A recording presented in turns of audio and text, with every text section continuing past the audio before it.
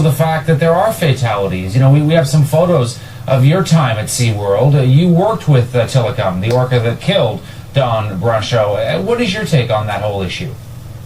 Well, I mean, I've had a changing of my ways. When I went out to the San Juan Islands in Canada to see the northern and the southern residents, and back in 1996, I was blown away. Most of the trainers that worked at SeaWorld, in fact, all of the trainers that I knew and still know to this day, have never seen a wild killer whale. So we all thought that this was what wild killer whales were the time you see at Chandler Stadium, but that's not the case at all. In the wild, they swim 100 miles a day. They have straight dorsal fins, not collapsed fins like you see in the wild.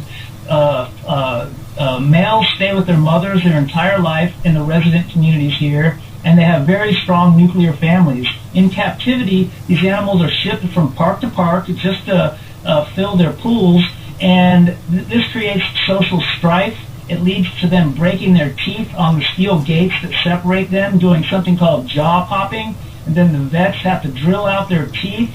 And this is all talked about in a book by David Kirby that was just released this week called Death at SeaWorld, and I think up in Canada, you can try. I'm just curious. I mean, what do you say to the argument that if it wasn't for SeaWorld, if it wasn't for these whales being kept in captivity, people wouldn't necessarily have an appreciation about them, wouldn't know about them? We saw these animals foraging for salmon and jumping out of the water, and it was free. All we had to do was get on a boat. You know, a trip to SeaWorld cost an adult $81 in Orlando a piece.